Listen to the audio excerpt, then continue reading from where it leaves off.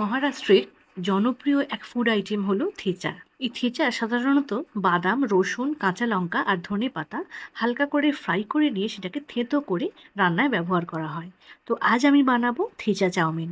নমস্কার, আমি সোমা ভট্টাচার্য। চলুন রেসিপিতে চলে যাই। প্রথমেই নুন আর গোলমরিচ মাখানো কিছু বোনলেস চিকেন পিস আমি ফ্রাই করে নিচ্ছি। অল্প একটু ভাজা মশলাও দিয়ে দিলাম উপর থেকে টেস্টটাকে বাড়ানোর জন্য। তো এটাকে ঢাকা দিয়ে 5-7 মিনিট রাখলেই হয়ে যায়। কিছু ডিমের ভুজিয়াও বানিয়ে নিলাম। এবারে থেচার মশলাটা বানাবো। তার জন্য রসুন, চিনেবাদাম আর কাঁচা লঙ্কা দিয়েছি। অল্প তেল দিয়েই এটা করা হয়ে যায়। তো এরপর এর মধ্যে বেশ কিছুটা পরিমাণ ধনেপাতা দিয়ে দিতে হবে। দিয়ে এটাকে ঠান্ডা করে থেঁতো করে নেব। পেঁয়াজ আর গাজর সবজি হিসেবে ব্যবহার করছি। নুন দিয়ে হালকা করে ভেজে নেব।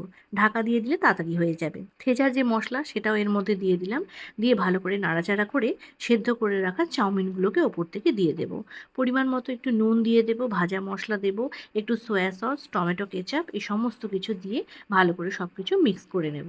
সব কিছু মিক্স করা হয়ে গেলে যে চিকেন আর ডিমটা ভেজে রেখেছিলাম সেগুলো এর সঙ্গে দিয়ে দিলাম। তো বাড়িতে যেভাবে আমরা চাউমিন বানাই সেই রকমভাবেই বানিয়েছি, সেই রকম উপকরণই ব্যবহার করেছি। শুধুমাত্র থেচার উপকরণটা এক্সট্রা ছিল।